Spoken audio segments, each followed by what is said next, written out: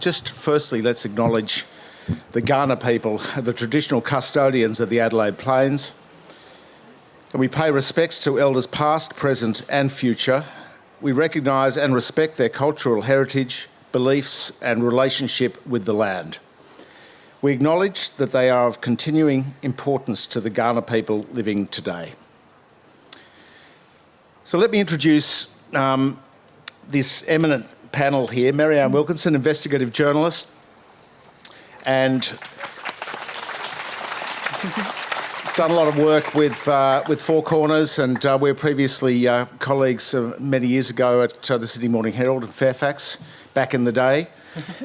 She is the author of Carbon Club, which is a fantastic read on the history of climate denying in Australia and the fight against science. You'll be able to get the book, all of the author's books, in fact, over in the tent afterwards. Richard Dennis, the Chief Economist, in the middle here. Chief Economist with the Australia Institute, the progressive, I suppose, think tank. Do we call it a think tank, Richard? He's done some terrific work, and he is something of a slayer of rent seekers. When we were discussing our expertise in rent seeking, because it's all about corruption today and the nexus between big business and politics. Cameron Murray, our final speaker, if you give him a round of applause. He's the author of Game of Mates, which is a beautiful title, redolent of what really does go on at the big end of town, the Game of Mates. His most recent stuff, which I published on michaelwest.com.au, the website, independent website which I operate, he did some excellent work on rent seeking in the property sector. So we've got resources, we've got property, and we've got just any other and all sectors to be covered here. Now, first of all, just let me say, a year or so ago, and if we could engage Marianne Wilkinson on this one, I did a study for Greenpeace. I did a report for Greenpeace, and we got a Parliament House list of phone numbers and email addresses from somebody, and we found of about the 30 people in PMO, or the Prime Minister and Cabinet Office, we found that there were resources and coal lobby links to around 10 or 11 of them, literally executive directors of the Minerals Council, which is the coal peak body. John Kunkel, he's one of them. There's another guy that's gone there since. 2 or 3 people in the Prime Minister's office, his closest advisors, his chief of staff, from the coal lobby, directly, straight from the minerals lobby. His principal private secretary, Jeroen Finkelstein, has been in the news a bit recently. He is ex-Cosby Textor, who count Glencore, a lobby firm which count Glencore as one of their clients. So strong coal lobby connections there, Cosby Textor. And then there were about 4 or 5 people from News Limited, speechwriters and press secretaries and so on, giving media advice. And of course, we know the history of News Limited and its approach to favouring the resources lobby over the science lobby. And so this was extraordinary, to have almost a dozen people with coal lobby connections advising the Prime Minister of the country. So what I'd just like to ask Marianne to kick off is, could you give us a bit of an idea about the power of the resources lobby and where you think it's going to go and how we can mitigate that and stop dragging the global chain on carbon emissions? Well, of course, Michael, you're absolutely right. The resources lobby, and particularly the coal and gas lobbies, have been hugely influential in the climate policy in Australia for the last 25 years. And that influence has, I don't think, ceased. You only have to look at the most recent position of the Prime Minister post-COVID on pushing a gas-led recovery as our response to the COVID crisis, to see that the fossil fuel industry still holds enormous sway over the government and, frankly, over the opposition through some of the large unions. What we do about it is really, I think, important, because apart from pushing particular policies, the most important thing it's done, of course, is push out other policies. It's pushed back on Australia's transition to a clean energy economy. It's thwarted other industries and other investment that could have made a very big change. And I guess one of the big lessons I got from the research from the book was not only the obvious about the influence of the lobby, and there's a lot about it in the book, but when you go back and you look at some of the internal discussions of their meetings with politicians, which I went through and was able to get hold of some of them, is the incredible paucity of thinking in those meetings. And the paucity of thinking which just did not ever envisage that their industries would be on the decline. And when you look at that in 2021, you think, how big a failure was that? Because in that room were senior politicians, prime ministers, public servants, senior public servants with those industry people believing what they said about the projections of the future. And I think when you say, how do we change it? We change that thinking that the status quo of the last 25 years is in any way a realistic future for Australia. Richard, would you say there's any plan for the post-carbon economy, for transitioning communities across Australia out of coal mining and so on, which is inevitable? What's the government and indeed what's Labor's plan for this transition? It's so much worse than that.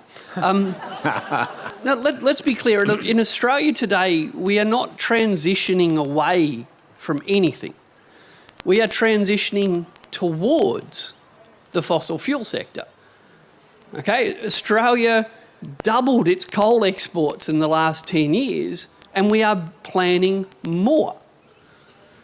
In the 5 years leading up to the Paris COP, we spent $80 billion to build gas export facilities.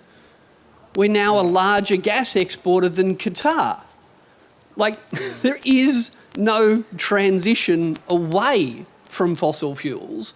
We are in the middle of our largest ever transition towards fossil fuels.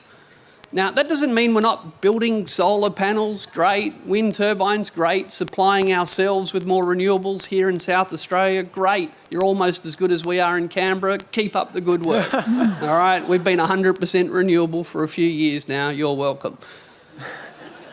But Australia has a bigger share of the world coal market than Saudi Arabia has in oil.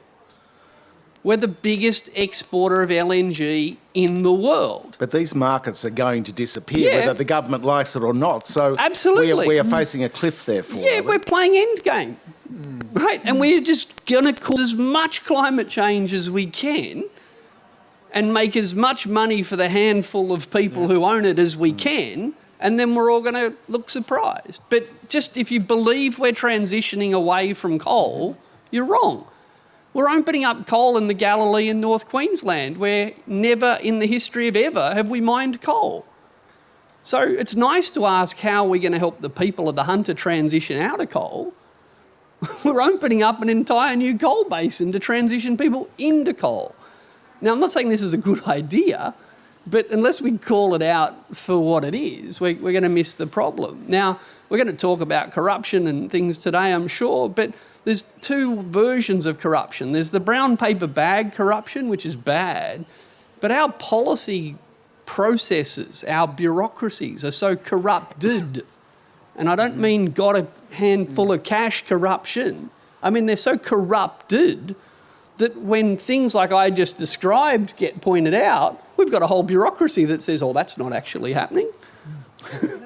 So let me just give you a quick example. Back in 2014, myself and my colleagues at the Australia Institute were trying to stop the expansion of a coal mine in the Hunter Valley, the Warkworth mine.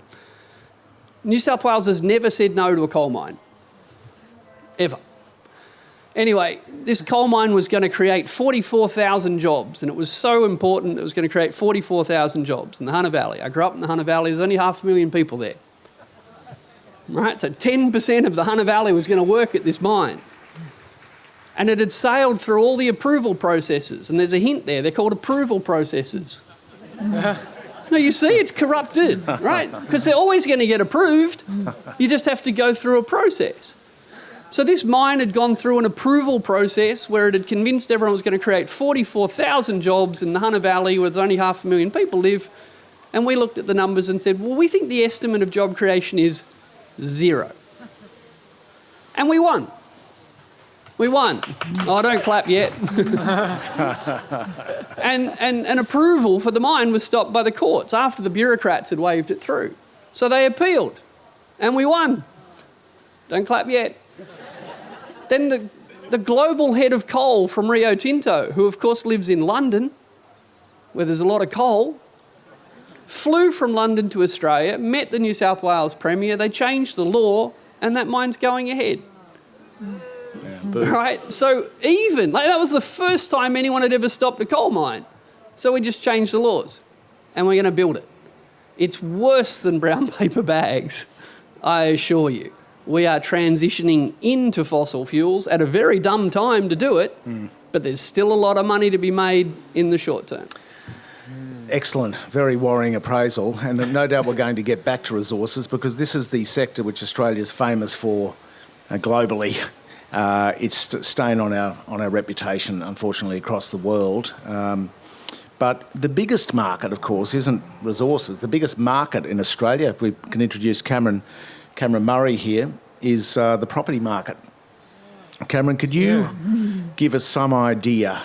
Cameron did some excellent work, by the way, on the difference between what the lobby groups are saying about property, how there's a supply problem, and then going to the actual annual reports, which are statutory documents where you're supposed to tell the truth. And he's gone to the annual reports of Mirvac and Lend-Lease and all the big developers and just found it's a complete myth. So he does some good stuff exploding myths. Could you tell us the greatest motivator, in your view? Is it political donations that consolidates power, or is it personal relationships and networks? Yeah, it's 100% relationships and networks, for sure. I actually started my research with a very naive view that I could do something really interesting and show how political donations correlated with political favours in land rezoning. And I just about gave up because I couldn't find anything there. So, it's puzzling because I know it's corrupt because I've worked in that sector before. So I kept digging, and so I got information on all the lobbyists. I scraped a database of biographies of politicians in Queensland. I got all the annual reports and cross-directorships of the companies that own land, and I created a sort of political corporate network of relationships. Once I had that, it was very easy. You could predict with almost precise accuracy which landowners got rezoned and which didn't, from how well connected they were in that network, how well connected they were and their friends were in that network. And just the cases I looked at in Queensland, those connected landowners gained around $410 million worth of additional property rights through that rezoning. So these relationships, they pay off. They really do. They pay off in a big way. And so the way I see donations now is less of a trade for a favour, a bribe. We call them sort of petty bribes. They're really about signalling your loyalty. I want to join the club. I often call them the facial tattoo of the political mafia.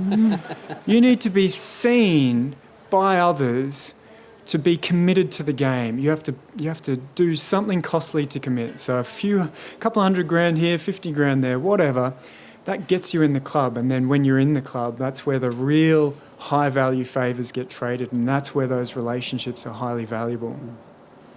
Indeed. Marianne, could you expand upon that with a view to resources and the fact, of course, that we rightfully demonise the coalition for being, they're not all climate deniers, but for being certainly the right of the coalition for, being anti-science and so on. But in fact, and with the gas policy, the gas recovery, in fact, Labor was ahead of the curve, weren't they, on gas compared to the coalition? So Yeah, I think that exactly as Cameron said, it's not just the political donations. You can chase the individual donations, and I'm sure we've all done that on this podium, but it is those integrated political relationships that really make the difference. And you're absolutely right. Queensland is the classic example.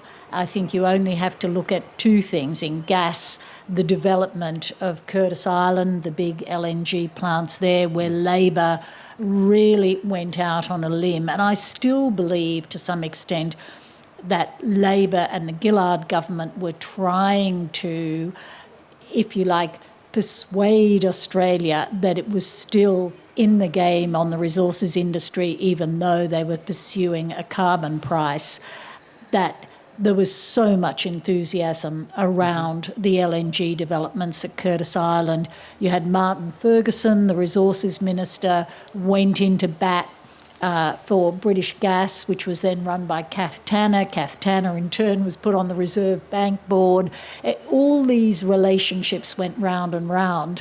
Labor on that side, and then paralleling it, you saw, as Richard mentioned before, the opening up of the Galilee Basin, some of the biggest coal reserves in the Southern Hemisphere, which became the battle royal, really, of climate change. Ground zero, I call it in the book, on climate change. And what was fascinating there was that Gina Rinehart, then better known for her iron ore industry links, and Clive Palmer, they became really the flag bearers of the Galilee. And there was a deep irony in this. Neither of them actually were going to develop a mine.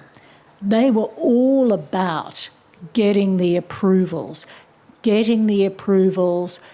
and that meant persuading the politicians, persuading the bureaucrats, and that's why they were so important.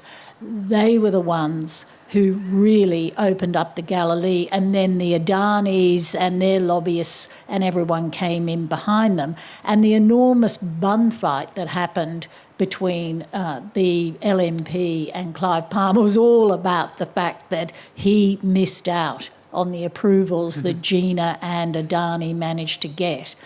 But that's exactly where you see those personal relationships, because those industries, they need those personal relationships to push those approvals through.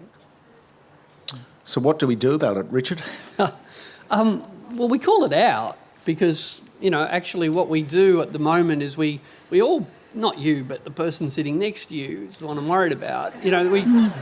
We kind of politely pretend that we live in a country of laws, and we politely pretend that all this, well, there might be a little bit of rough and tumble around the edges, but big picture, everything's all right. It's not all right. We're so far from all right.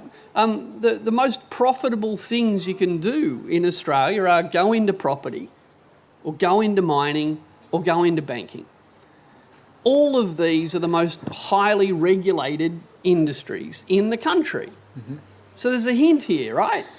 The way to make as much money as possible is to enter an industry where regulatory favour determines how profitable you are. And if you're not going into those industries, then you're a sucker, because you're going to wind up competing with other people. Imagine that.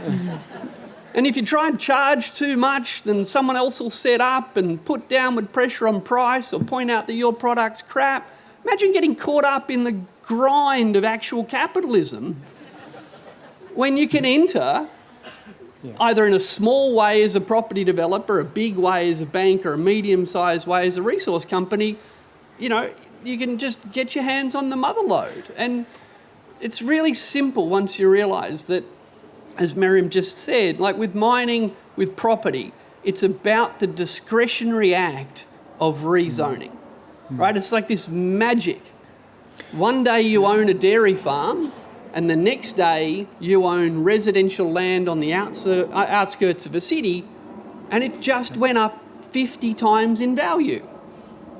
As luck would have it, some lucky guy, and it usually is a guy, but some lucky person just was there the day that the magic happened. And once you realise that that's all Gina was doing up in the Galilee, what they're doing is betting. They're betting that their unique skill, the thing they can bring to the process, is the yes. Not the ability to build a mine. That gets contracted out. No, that's busy work. The magic, the wealth, we call it wealth, it's theft, comes from getting the yes. And whether it's property or whether it's a coal mine or whether it's a bank licence or a TV licence, just look at the rich list. They're in an industry where I can't compete with them because the regulator stops it. That's Australia, one of the richest countries in the world, and you all get ripped off paying too much for everything because we can't have competition where it counts. We've just seen Rupert Murdoch do it in media, inveigle the government into gouging a bit of cash out of Google. So no reform for Google or Facebook, just a little bit of cash, passes hands to the government's favourite media mates. Small operators like myself pay full amount of tax. Rupert pays no tax, so they will be paying for these digital media reforms. And that is a classic case in this industry, an industry where people are competing in an independent media sense, and then suddenly the government goes and grabs this money out of Google, flicks it over to Rupert Murdoch, doesn't pay any tax, and it's just like a lovely little subsidy. Can I pick up on a bit of what both of you have said? Marion, you sort of mentioned that both sides of politics are playing the same game, and Richard, you said, you know, what happened to the capitalism, the rough and tumble, the competing for customers, the innovating with better products? Why don't we have a situation where that's how you get rich? And so there's two things I would bring up. On the both sides of politics, in a lot of these big regulated sectors that Richard's talking about, both sides really are on the same side. We can see that in the donations data. So 60% of donations in Australia, political donations by value, come from donors who donate to both sides equally. They split their donations 50-50. So the question is, well, what are those donations doing if you're not trying to get, your person elected, because you're giving an equal advantage to their political competitor as well. So there's real no advantage to the political party from that donation if you're donating to your competitor. So what are these majority of donors actually doing? And they're buying into this club where both sides are on the same team. And I think in many areas of policy, that's the case. And to pick up again on that capitalism idea, I think we have this myth-making that's been going on. And if you read Game of Mates, you'll see that myth-making is one of the ingredients to keep the game going. You need a plausible story that you repeat to the public so that when you're challenged, well, why did my land get rezoned and it was worth 5 million, now it's worth 50? Well, you have to say, oh, well, we need affordable housing. If you don't rezone me, nothing's going to get built. You need these myths. And we often think that the coalition is much more into capitalism than maybe the Labor Party, but you can see when it comes to the crunch, they're happy to intervene and use their heavy hand. Hang on a minute. They're coming for you, mate. They tracked me down. Holy cow. That's a loud chopper. Sorry, mate, go on. Where were we? Both sides of politics are equally happy to intervene in markets and regulate the way they want and subsidise the way they want for their mates. There is no real fundamental difference, I think, on principle about capitalism and competition and how the economy operates. I think both sides heavily agree that we should give subsidies to people we like, we should protect the monopolies of people we like, and we should do the opposite for people we don't like. Marianne? Well, I certainly agree with some of that. I think we only have to look at the current state of the Crown Casino debate to see where that has been writ large, whether it was a Liberal government, whether it was in New South Wales, a Labor government in Victoria, Liberal or Labor in WA. Here was the case of a highly regulated industry, supposedly, that was clearly involved with money laundering, associations with organised crime. It had been exposed again and again in the media. Nothing had happened until, they hit a crisis, and now everyone's ducking for cover. And that was a case where, again, the myth-making, I think you're right, was really, really important. It was all about jobs. And somehow we get into this position is that you can't raise legitimate issues, whether it's environmental pollution, climate change, or, in fact, a company being infiltrated by organised crime, if you're going to jeopardise these amounts of jobs, if you're going to jeopardise this industry, if you're going to jeopardise shareholder value. And I think this comes to another absolute bugbear of mine, which is the lack of regulation over the lobbying industry in this country. We are at a dire, dire stage with this. And I've talked to lobbyists at length who are involved in these processes. But I think, whether you look at Crown Casino, whether you look at some of the big mining companies, not only, as Michael pointed out well before, the lobbyists are now just on this revolving door going in between major companies and the government. But I think what's far more insidious at the moment is that the political parties themselves are allowing lobbyists in to run their political campaigns. Now, on the surface, that's not a great thing. But as one of the lobbyists explained to me, where it gets really insidious is that when you have these lobbyists inside your political campaign, it means that they know every candidate's background, his marital problems, her marital problems, whether they have a child with a disability that needs help, whether it's, again, these personal relationships. They have all this information. And then when they go back to their companies, it's these people they cultivate, and they want them to sit on the parliamentary committees. OK, we'll get this person, on the Environment Committee. We'll get this person on the Health Committee. They'll be helpful here, helpful there. All of this is going unregulated at the moment.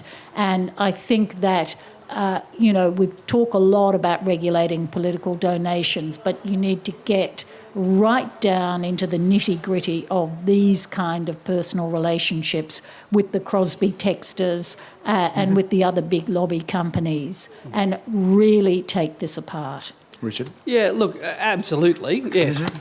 Yeah. And let's be clear, this is what other countries do, or did, or never had it. We are uniquely crap. Okay? No, because the internet exists, but we don't see the rest of the world. So in Australia, we know that when the department writes a brief to Cabinet, it's Cabinet in confidence and it's locked away for 20 years, and if you couldn't do that, then we couldn't have frank and fearless advice. What bullshit. It's just absolute rubbish. Has anyone here heard of New Zealand? What happens in New Zealand is that 10 days after their cabinet makes a decision on something, all the cabinet documents are released. Have you heard of this place? Newzeal. Right, it's not far away. The internet's there. All right, and what happens, and I've been teaching public servants about economics forever, and you talk about all this stuff, and Australian public servants, oh yes, you have to have top secret, or we could never give such shit advice. Right? See, the secrecy helps hide the advice. The process is corrupted. Not just the person, there are corrupt people. The process is corrupted.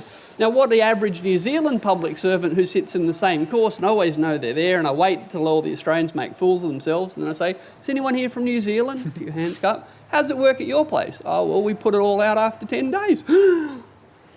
So, well, how do you give frank and fearless advice? They say, well, we have to, because if I write a crap brief that glosses over problems or suggests that the minister's best mate should get the gig, 10 days after I write the brief, any journalist, any researcher who wants to go and read the brief can start saying, if this is what Cabinet made its decision on, for God's sake, who wrote this? Who's that moron? So other countries know how to fix these problems. Indeed, arguably, most of them have never had them. So, and back to the cover story that Cameron was talking about before, I just say in Australia, in a democracy, power is the ability to talk bullshit and get away with it. So when the mining industry says we create 1 million jobs, it's like, well, ABS says it's like 50,000. Oh, well, it must be somewhere in the middle there. Well, they have independent experts reports, They have of course. independent experts. So when they... Called lobbyists. So when we want to get a casino justified, we say it'll create jobs. When we want to create a mine, we say it'll create jobs. When we want to get a property, it'll create jobs and cheaper prices. So we just lie all the time, right? And at the Australia Institute, we did some research a few years ago on what percentage of the population, on average, what people thought, how many people worked in mining. The average Australian thinks 10% of people work in mining. It's closer to 1. The average Tasmanian thinks 20% of people work in forestry. It's closer to 1. But if you read the paper every day, it's not the people that are dumb. If you read the paper every day and every day you saw things about mining, forestry, you might have drawn the impression these were important industries. Anglicare and Uniting Care, heard of them? They employ more people than the coal mining industry in Australia. Well, I hope you're clapping them, not me. Right? Right, McDonald's employs more people than the coal mining industry.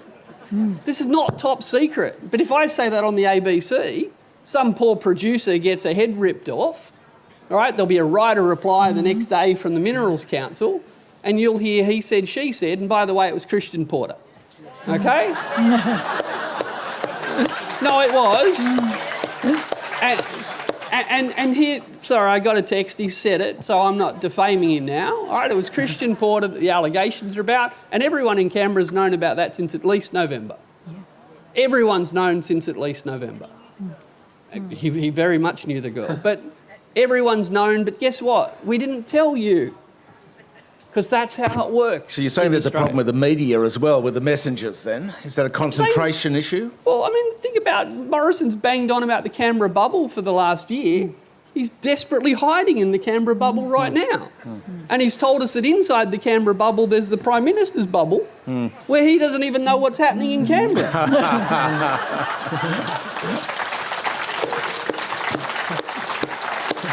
I also note, Richard, that the robo-debt was particularly vicious enforcement and often wrongly so, but the JobKeeper money that's gone out to corporations, not their employees, but to the corporations, giving them time to restructure, there is no list. There is no list. We don't know. We don't know whether News Corporation, for instance, I suspect they are. I've asked them personally and I got a no comment. Whether they got JobKeeper. We don't know who's got it. We know that they haven't met the publicly stipulated thresholds of 50% revenue decline, these big companies. So the rorting of JobKeeper has been ubiquitous and there has been no register. The government's not saying who it's giving our money to, the public's money to. So that's just another, goes further to your point about transparency. So just theoretically, if we make everything radically transparent, does that solve all the corruption problems? It helps enormously. And look, our culture is corrupted. Like, we've got public servants that have gone through their whole career in this environment, having never said no to a coal mine. Right? Read the Royal Commission. Just read the summary of the Royal Commission into aged care. Like, the regulator didn't want to upset the regulated. Yeah. Okay? There was never a surprise inspection. Once. Right? Because that would have created mistrust. No, I'm not kidding. Right? There's a whole idea around governance that the regulator and the regulated are in some sort of partnership where together they're trying to, I'm not making this shit up, learn and help each other all day long. This is not how we treat an unemployed person. Yeah. Unemployed person better not get their form in late. Yeah. But an aged care provider or someone on the NDIS is literally caring for someone with their lives in their hands, and we know we killed them. Right? We know people are dying from malnutrition and neglect. We've got a regulator, and worse than that, a whole class of regulators who kind of think that establishing trust and working constructively with the person who oversaw the death of someone is responsive. I don't even know what this word means. Reflexive, all right? But it's a thing, all right? So our regulators are brutal on the unemployed. Yep. We know how to be nasty. Yeah. Look how we'll treat a disabled person who's unemployed. Look how we'll treat an asylum seeker. We know how to be tough. But not if you owe a couple of $100 million in tax. We'll let you settle for cents in the dollar. Yeah. And transparency, Cameron, is that the answer to everything? You've got a slightly different opinion. I have a different take, but I'm going to just second. I'm just going to say Richard's not just telling stories. I used to work for a regulator in Queensland, and the guy I sat next to on Friday, I had to call him on Monday when he was a lobbyist for the industry we were regulating. So it's the revolving door is spinning like crazy, and yeah, the philosophy of holding hands with the regulated is not helpful. And if you took that approach, for example, to policing the mafia, you'd get nowhere. And yet, that's roughly speaking what we're trying to do. We're trying to stop these organised organisations, from stealing billions from the rest of us through their power over resources. And we just choose not to do it. And I don't know why we still have that philosophy. I don't know why we can't take them to court. I don't know why when we actually try to regulate, I think we spent $100 million enforcing some international tax avoidance laws and got $1 billion worth of tax back. Well, that's a 10-to-1 payoff. We should just keep going, right? And keep spending more, keep enforcing the laws we have if that's the type of payoff you get. And the political motivation's just not there. On the transparency, I do worry because I think you're relying a lot when you change rules and require transparency on some kind of embarrassment or shame mechanism. If there's no law to stop something and you just make it transparent, whether the minister got some dodgy advice, or whether a lobbyist met with a minister, or whether someone donated last week, if that's legal, but you can see it, they just say, well, yeah, that's the way we do it. And in many cases, what we do is we legitimise a flawed process through transparency. So, we've got real-time donations disclosure in Queensland, and everyone thought that's terrific. But I can tell you who donates, because it's the same insiders every year who donate roughly the same to both parties every single year. So knowing about that 6 months in advance of when we used to know about it doesn't really change a lot. It legitimises donations, it makes it look like it's well regulated. But, if you had to accept a donation in a brown paper bag and there were no other laws surrounding that, I think people would be a little more worried about what sort of legal recourse there might be. But now we've sort of legitimised it. You just get your brown paper bag, and if you issue a receipt and say it's a donation, and this actually happened in a corruption hearing I was an expert witness at, then that's totally fine. You just issue the receipt. So in many ways, you've legitimised this activity we didn't want to legitimise. And so the same sort of thing might happen with disclosing diaries of ministers. When they meet with lobbyists, the minister can then say, of course I've met with representatives from that industry, I'm doing my job, I'm meant to meet with them. The lobbyist can turn around and say, I'm worth every penny because I'm the only guy that gets a meeting every fortnight with the minister. Check out his diaries that now everybody can see. So you've almost legitimised this process that we didn't really want operating in the first place. So I like transparency, but I like when it's paired up with rules that make it difficult to give out favours, so we can actually use that transparency to enforce some kind of control on behaviour. And I think if we just pursue the transparency and think, great, our job's done, donations are disclosed, I think you're going to get all the same political decisions you got previously. You've got to go a little bit further than that. Marianne? Yeah, and if I could add to that, I think fundamentally you come back down to this thing about where are the enforceable penalties for bad, corrupt behaviour. And again, I come back to the recent case of Crown Casino. We're finally now, because of a crescendo of reporting that broke the dam on Crown Casino, we're finally getting an AUSTRAC investigation. We're finally getting an AFP investigation into money laundering at the casinos. For some time before I was doing environment, I did the terrorism round at the Sydney Morning Herald. I cannot tell you how many cases I tracked of small Pakistani or Bangladeshi money launderers in the western suburbs of Sydney getting busted, raided, etc. by the AFP, and the press releases would come out and all the video of hauling in, some 50-year-old guy who'd taken a couple of $100,000 and sent it to the Middle East. The fact that we never do that with a company like Crown Casino says everything. There was a fantastic book that came out after the GFC in America called The Chicken Shit Club. And what it was about was the fact that the US Justice Department had basically lost its will to prosecute and jail leading white-collar criminals, rich white-collar criminals. That is exactly what has happened in Australia. And I think until we reverse this, until we say that if you are doing serious money laundering as a major corporation, if you are doing serious criminal tax avoidance, you go to jail, and we have competent people who can prosecute you, it won't change. Absolutely.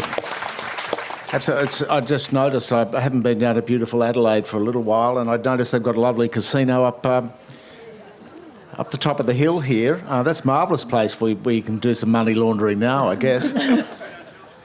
Superb. So we might throw it open to questions in a sec, but just on the subject, I guess, there's a lot of talk about an anti-corruption commission, and of course one Christian Porter had come up with a suggestion. I'm not sure how far it got, but he was going to have it apparently in camera so nobody could see it. They were going to have secret inquiries. I think there were all sorts of the vetting processes that looked like it had to be a recommendation perhaps from him himself or something like this. It was the most ridiculous proposal ever. Labor has sort of tepidly backed a proposal from the Greens, but of course nobody really seems to want one. Just quickly, everybody, do you think it would answer a lot of the problems going to this point of accountability? Because if people are accountable and they know they will be prosecuted independently, then surely that should act as a signal for corrupt behaviour. Marianne, do you... Well, I certainly back an open, transparent ICAC with serious powers, but I would say after the experience in New South Wales, what is vital is that you get a separate DPP, a section within the state or federal DPP that is resourced to take the cases. I think the problem we've seen in New South Wales is the more successful ICAC was, the more it came under pressure from both sides of politics. Its funding has been stripped, its investigation powers have been stripped, and I think the response from the prosecution, the DPP, has been relatively weak compared to the cases that have come before it. So, yes, all in favour of it, but, fund it and put structures around it that actually make prosecutions possible. Richard, what would be your ideal model? So the Australia Institute, where I work, we've done a lot of work on a corruption watchdog for many years, because there are lots of lessons. Now we've got a corruption watchdog in every state and territory except the nation's national parliament. The only place there's no corruption in Australia is federal politics. It's endemic in local government. Every state government's accepted the premise, but the pristine mountain air of Canberra is such that you should all relax. So, look, we've done a lot of research into that, including, how to design it. And I think you have to have public hearings. You have to have public hearings. You have to have a low bar for initiating proceedings. So the Christian Porter model, the let's keep it to ourselves model, we'll call it, has proposed that a watchdog wouldn't initiate proceedings unless there's evidence of criminal conduct. And that's way too high. To have a prima facie case of criminal conduct, you almost don't need a corruption watchdog. You can go to the police. Yeah. So often corruption investigations are started at the state level where there is corrupted process or hints of civil breaches of laws, or you name it, and then they pull on the string and they see what they find. But to suggest that you can't start proceedings without prima facie evidence of a criminal activity is way too high a bar. It needs to be well funded. But again, so I actually think it's very important. What you want to do is strike terror into the mid-level public servants who are turning a blind eye in a corrupted process. Yep. Right? Because to some extent you need to empower them to be able to say to their boss, yeah, I reckon you should sign that one, boss. No, I mean this because, there is a federal corruption watchdog and I don't really think that we went through the steps we went through. And at the moment, this is why they fight so hard on your FOI requests, right? This is why they want cabinet documents locked away for 30 years, right? Because if you can make the getaway 30 years long, we're never going to catch them. So we need to have that corruption watchdog. It's not the be-all and end-all. But for one of the world's richest economies to think we can't spend a couple of $100 million on this, it's ridiculous. If it found no evidence of any corruption, what a cheap investment that would be. Yeah. I'm a little bit more optimistic of its inquisitorial powers. No, but seriously, as a nation state, why not remove the embarrassment of its absence? And if it doesn't find anything, well, we can pretend to feel good about ourselves. Yeah. No, I've been peripherally involved with those discussions and research with Richard as well. And that low bar for investigation is really important. I was involved in a case in Queensland with the CCC and the community group trying to bring this case and raise it with the CCC just about had to do everything themselves before they had enough evidence for the CCC to start looking into it. And you can't really rely on people self-organising to act like police and spies in their community to expose corruption. I think in terms of the design, I fully support an independent corruption commission federally. I think there's two more aspects. One is you need laws about how decisions are made or what processes are required that almost tie the hands of government in many ways, or tie the hands of decision makers so that they aren't at the end of the day allowed to use their discretion, because they can always back out of that clause, and then you use your judgment to decide what's in the best interest. You've got to tie their hands in some way so that to skirt that process, you have to commit a corrupt act, and then there's something to investigate. So, for example, disposing of government property, you're required to do it in particular ways. You can't just give it to your mates. If I want to sell off a piece of land from a particular department, there's a process you're required. But to rezone land, that rezoning's worth $10 million, just the same as that site that we're selling. You don't have to sell it. You don't have to go through a process of selling it. You can just use your discretion to rezone and say, I'm doing it in the best interest because, we need more housing. So you need those rules. And I think secondly, in the design, an ideal design involves rotating people into this corruption body who aren't involved in the local network, the local political network, and don't have careers where future employment prospects for them and their family rely on them going soft. So if you could have a sort of international system with various law societies or whatever to rope in really good prosecutors internationally, pay them a lot of money to come and do their 3 or 5 years, make it a very prestigious thing for them to come and catch dodgy politicians and rent seekers in Australia and then send them home, and we do vice versa, then I think you immediately make a break on that rent-seeking, that social network and that embeddedness. They can bring their own half a dozen best staff with them, yeah, and we rotate them around. And you know, that you want them to sell themselves on their reputation as a tough guy, not their reputation on being soft, so me and all my family can get cushy jobs after my time in the Corruption Commission's finished. It's a very, very, very interesting model. We might throw it open to questions now. It's 10 minutes to go, so there's just one microphone over here. Gentleman here. Hi. Since the Tampa, the government has spent something like $9 billion on treating our refugees. I saw that there was 400 million went to Paladin, who've got an office on Kangaroo Island, and the only office then. And on the Australia Day weekend, Peter Dutton announced $221 million for Nauru.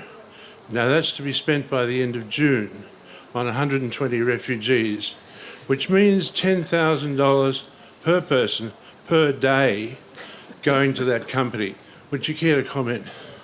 Who's looking at that? Well, it didn't go to open tender. No, we know that, right? We know that. But this comes to Cameron's point. It didn't go to open tender, and the guy that did that is not ashamed of that, and his government's likely to win the next election. Okay, so I know it's not your fault, but that person sitting next to you is not taking democracy very seriously. And this comes to the transparency point. Like, we know all this stuff, and they do it. Yeah. And the New South Wales Premier was recently involved in a outrageous sort of little grants program where 97% of the money went to coalition-held seats, and she just said, "Yeah, it's politics. It's legal. It's legal." Yeah. Yeah. Yes, sir. I'd like to think things aren't as bad as he suggested. I mean, purely hypothetical question, but if it was really that bad in quality of governance, wouldn't there be a risk we might finish up with the Commonwealth Attorney General, the nation's chief law officer, being somebody widely believed to have committed a major crime? Why are you walking away, Ian? Love those rhetorical questions. Yes. We'll take that as a comment, Ian. Yeah, Jack, here, a broader question. James, I've browsed through your Games and Thrones, and your metaphorical James and your working class Bruce, they reminded me of a pamphlet that was written 148 years ago by Karl Marx, the Communist Manifesto, a best-selling book throughout the ages. Interestingly, Barry Jones has just written a book called What Is to Be Done, and he's to be congratulated that in his 86th year he put this book out, I think largely in response to the climate change crisis, but also the era of emergencies we face, and I think he also has been a bit more remote from the ALP. I don't think he has a lot of faith in them. But my question is this. Jones in the book, we know he's the brain box of Australia, we know he's an open thinker. He mentions Karl Marx on pages 6 to 8, and he's opened his mind to a number of ideas by Marx. Quotes one biographer of Marx saying that Marx's ideas could come back to significance quite importantly in the 21st century, and mentions another book by I'll get there, called The Creative Genius. Does Marx have, and the concepts he raises about class and the like, have relevance in the 21st century, and should it enter the mainstream debate more? Yeah. Sure. Look, to be honest, it's funny you mention that, because you're the third person to tell me to read Karl Marx in the last 2 weeks, which is kind of totally random situation. But I have browsed, and to be honest, I like a more to the point type of material to read. Regardless, yeah, class is still important. I'm wary in general of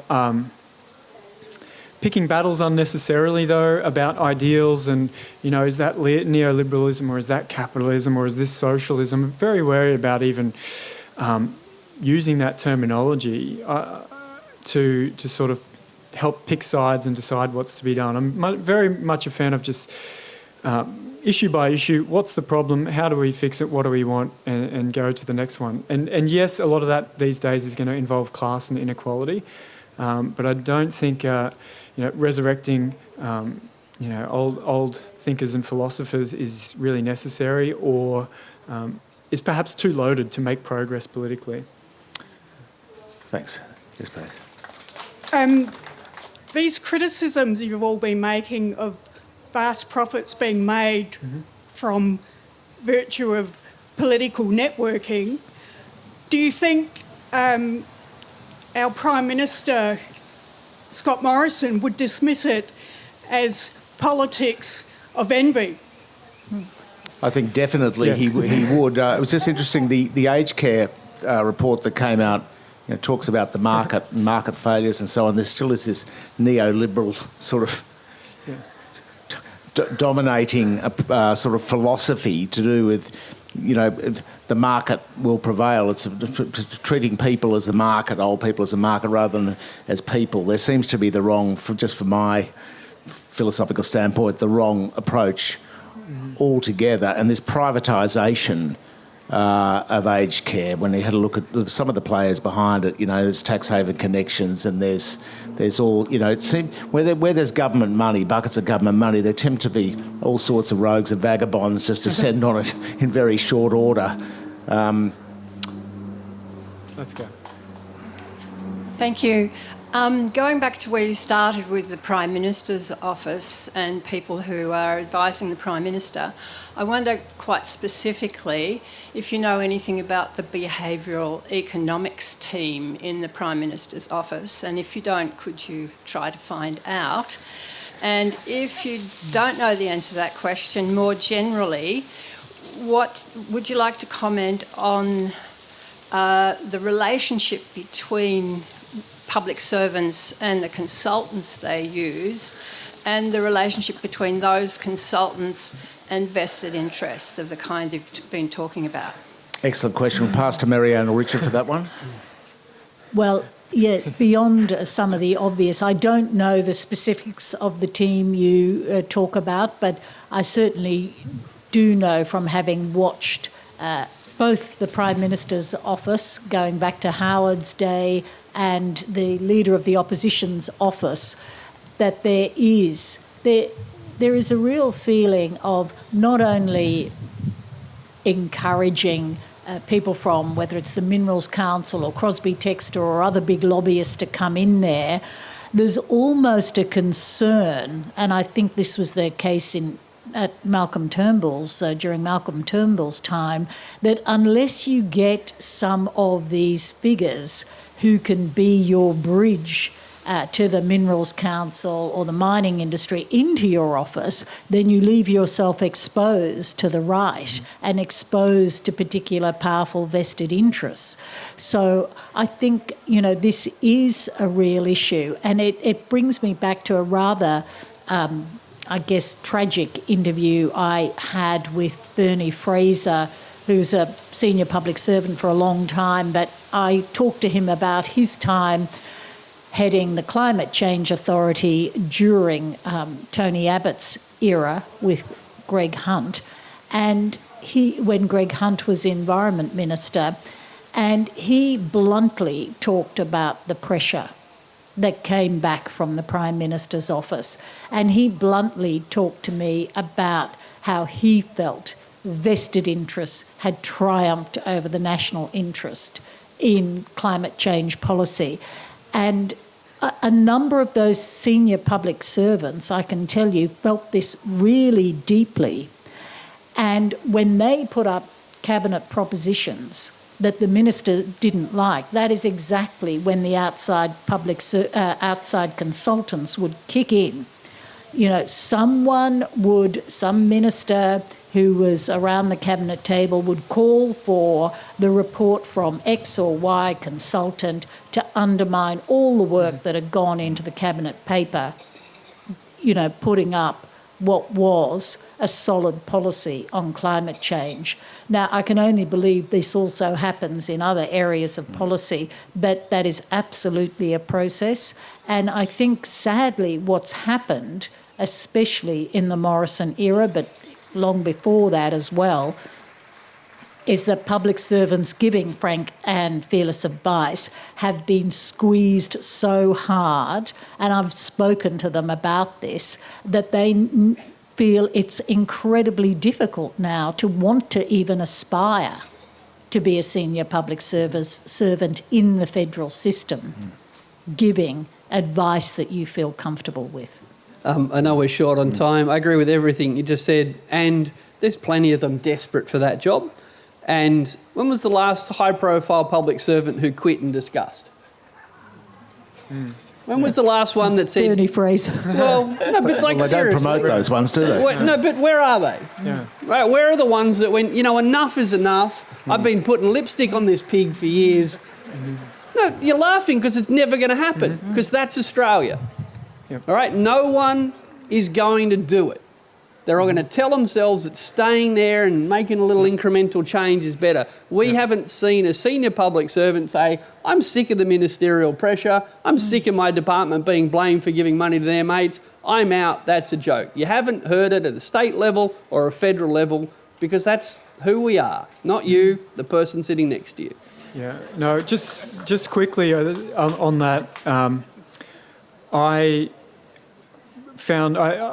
created a computer game where I had students come in and form a little game of mates and cooperatively steal money off other students in the game that they'd never met before. And this was real money. They all loved finding a friend and stealing money off other people, $40 in an hour on average. 84% of groups, game of mates formed, and they stole real money. That's great, and I tried to use that computer game to change the rules and see if I could stop it. But what was most interesting is that those players who had their relationships developed and were favouring their mates at the expense of others, when I surveyed them at the end of the experiment, they said they were doing the right thing, that's how you should behave. They justified to themselves that this was the right behaviour. If I didn't do it, someone else would do a worse job than me at stealing money off other people. And so it only literally took them 40 minutes to switch from being an honest young university student coming into a computer lab to someone who's decided that they're the best thief and they should have the job and that's the right thing to do.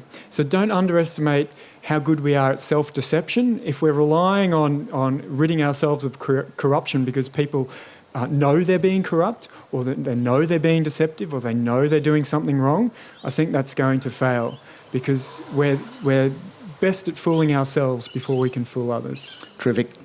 Thank you, Cameron. Thanks, Richard. Thanks, Marianne. And thanks to everyone here and the Thanks, Richard. Ghana Thanks, people. Marianne. Thanks, Michael. Thanks, Michael. Thanks, Michael.